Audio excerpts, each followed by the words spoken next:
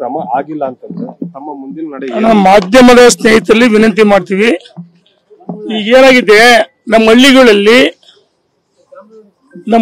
ಒಂದು ಗಾದೆ ಇದೆ, ಎದ್ ಬಂದ್ರೆ ಆಳಲ್ಲ ಕುಂಟ ಕಲಂಗಡಿ ಹೊಲ ಕಾದಂಗೆ. ಸುಮ್ಮನೆ ಆವೈತೆ ಅರಿವೆ ಬಿಡ್ತೀರಂತ ಇಲ್ಲಿ ದಾರಿ ತಪ್ಸಕ್ಕಂತ ಕೆಲಸವನ್ನು ಮಾಡ್ತಾರೆ. ನೀವು ನಮ್ಮ ಮಾಧ್ಯಮ ಸ್ನೇಹಿತರು ನಾನು ಏನಕ್ಕೆ ಹೇಳಿದೆ, ವಿನಾಕಾರಣ ಅವ್ರ ಹೆಸರು ಹೇಳಿ ನೀವೇ ಅವ್ರನ್ನ ಹೀರೋಗಳು ಮಾಡ್ತಾ ಇದ್ರಿ. ಸ್ವಯಂ ಘೋಷಿತ ನಾಯಕರು ಅವ್ರು ಯಾರು ಮಾತಾಡ್ತಾರಲ್ಲ, ಸ್ವಯಂ ಘೋಷಿತ ನಾಯಕರು ಅವ್ರು ಇರೋದು ಎಷ್ಟೇ ನಾಲ್ಕೇ ಜನ ನೋಡಿ. 50 ಜನ ಕಳೆದ 15 ನಾವೇ ಯಡಿಯೂರಪ್ಪನವರು ವಿಜೇಂದ್ರ ಯಾರು ಅವ್ರನ್ನ ಕೇಳಿಲ್ಲ. ಇವತ್ತು ನಮಗೆ ಸಮಯ ಕೊಡಬೇಕು. ನಾವೆಲ್ಲ ಹಿರಿಯರು ಸೇರಿ ನಿನ್ನೆ ಮೊನ್ನೆ ಕಳೆದ 15 ದಿವಸದಿಂದ ಏನೇನೋ ರಾಜಕೀಯ ವಿದ್ಯಮಾನಗಳು ನಾವು ಹೋದಾಗ ಕಾರ್ಯಕರ್ತರು ಮುಖಂಡರು ಭಾವನೆಗಳು ಹೇಳಿದ್ರು. ಆ ಭಾವನೆಗಳನ್ನ ವ್ಯಕ್ತಪಡಿಸೋದಕ್ಕೆ ನಾವು ಬರ್ತೀವಿ ಅಂತ ಹೇಳಿದ್ವಿ, ಉಪಹಾರ ಮಾಡಿದ್ವಿ. ನಾವ್ ಹೇಳಿದ್ನಲ್ಲ, ಕುಂಟ ಕಲಂಗಡಿ ಹೊಲ ಕಾದಂಗೆ ಅಷ್ಟೇ. ಅವರು ಎದ್ದು ಆಳಲ್ಲ ಅಂತ ಹೇಳ್ತಾರೆ. ಎಲ್ಲಿದೆ ಶಕ್ತಿನೇ ಇಲ್ಲ ಅವರಿಗೆ, ಎಲ್ಲಿದೆ ಶಕ್ತಿ?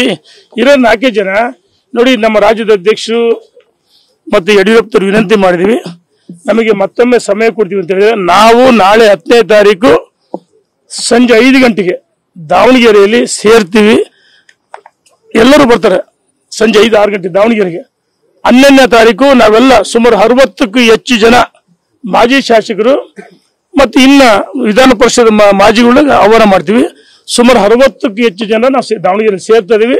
ಅಂದು ನಿರ್ಣಯ ಮಾಡ್ತೀವಿ, ಉಚ್ಚಾಟನೆ ಮಾಡಿದ್ರೆ ಮುಂದೆ ಏನ್ ಮಾಡಬೇಕು ಎಲ್ಲವೂ ಸರಿಯಾಗುತ್ತಂತ ರಾಜ್ಯದ ಅಧ್ಯಕ್ಷ ಯಡಿಯೂರಪ್ಪನವರು ಹೇಳಿದ್ರೆ 10ನೇ ತಾರೀಕು ನಂತರ ಡೆಲ್ಲಿಗೆ ಹೋಗ್ಬೇಕು, ಏನಾಗಬೇಕು ಎಲ್ಲವೂ ಚರ್ಚೆ ಮಾಡ್ತೀವಿ. ಹುಲಿ ಬಂತು ಹುಲಿ ಅಂತ ಇವ್ರು ಹೇಳಿಕೆ ಅಂತಾರೆ. ಇವರೆಲ್ಲ ಸ್ವಯಂ ಘೋಷಿತ ನಾಯಕರು.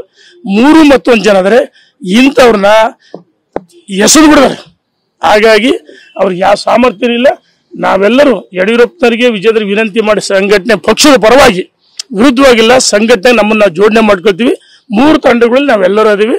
ಭಾರತೀಯ ಜನತಾ ಪಾರ್ಟಿ ರಾಜ್ಯದಲ್ಲಿ ವಿಜೇಂದ್ರ ಅವರ ಸಾರಥ್ಯದಲ್ಲಿ ನಾವೆಲ್ಲರೂ ನಿನ್ನೆ ಮೊನ್ನೆ ತೀರ್ಮಾನ ಮಾಡಿದ್ವಿ, ವಿಜೇಂದ್ರ ಅವರು ಅಧ್ಯಕ್ಷ ಮುಂದುವರಿತಾರೆ. ಮುಂದಿನ ವಿಧಾನಸಭೆ ಚುನಾವಣೆಗೂ ಅಧ್ಯಕ್ಷ ಮುಂದುವರಿಬೇಕು. ಪಕ್ಷ ಅಧಿಕಾರಕ್ಕೆ ಧನ್ಯವಾದಗಳು.